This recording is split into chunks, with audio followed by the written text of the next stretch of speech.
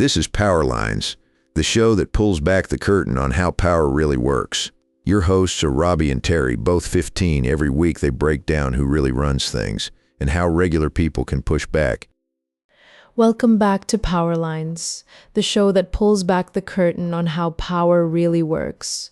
I'm Terry. And I'm Robbie, and today we're asking the big question, what can a president actually do and what can't they do?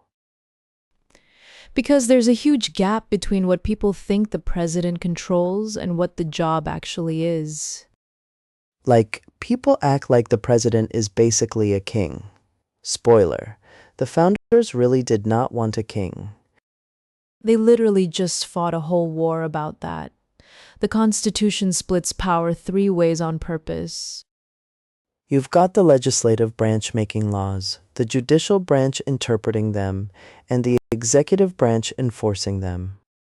And the president sits at the top of that third branch, which sounds huge until you realize what enforcing actually means. The president cannot write a law, full stop. Only Congress can do that. So when a president wants, say, a new education policy, they have to basically convince 535 other people first. Which is why so much of what presidents actually do day to day is issue executive orders. An executive order is basically a directive to the federal agencies the president already controls. Like telling the Environmental Protection Agency to prioritize certain rules or how the border is enforced. But here's the catch. Executive orders can be undone by the next president on literally day one. Which is why big lasting change almost always requires an actual law from Congress. Now, the president does have some genuinely powerful solo moves. Vetoing bills is one. If Congress passes a law the president hates, they can veto it and send it back.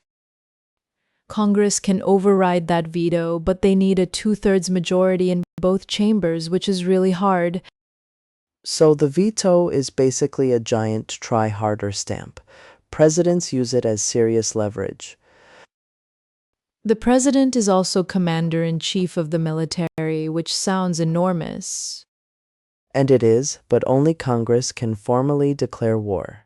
That hasn't happened since 1942, actually. Presidents have sent troops into conflicts many times since then using other authorizations, which is a whole debate. A loud debate. Constitutional lawyers have strong feelings about this one. Another big power, nominating Supreme Court justices. Those appointments last a lifetime. So one president might shape how the country interprets its own laws for 30 or 40 years after they leave office. That's probably the single most lasting thing any president can do in terms of long-term impact. But even that nomination has to be confirmed by the Senate. So it's still not a solo move. The Senate can and does refuse to hold hearings on nominees. That happened in 2016, famously. The president also negotiates treaties with other countries, which is a big international superpower. But the Senate has to ratify a treaty with a 2/3 vote, so again, not flying solo. There's a reason people say the presidency is the most powerful job in the world and also incredibly constrained. Both things are true at the same time, which is very on brand for the American government.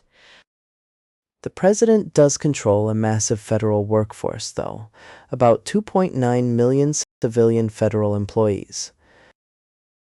That's roughly the population of Chicago working for the executive branch. Directing that machine is real power. And the president proposes the federal budget, which is basically a vision document for the entire country's priorities. Congress then tears that proposal apart and rebuilds it. But the starting point matters a lot. So the president is kind of like the loudest voice in a very loud room. They set the agenda, they have the megaphone, they negotiate constantly, but they can't just decree things into existence. Which is actually kind of reassuring. The whole system is designed so no one person has total control. Checks and balances, baby, invented in 1787, still running, mostly. It's a messy, slow, frustrating system that has also proven surprisingly hard to break. And understanding what the president can and cannot do helps you cut through a lot of noise in the news. When someone promises to fix everything on day one, now you know to ask, will Congress agree? And if the answer is probably not, you know that promise is more of a wish list than a plan.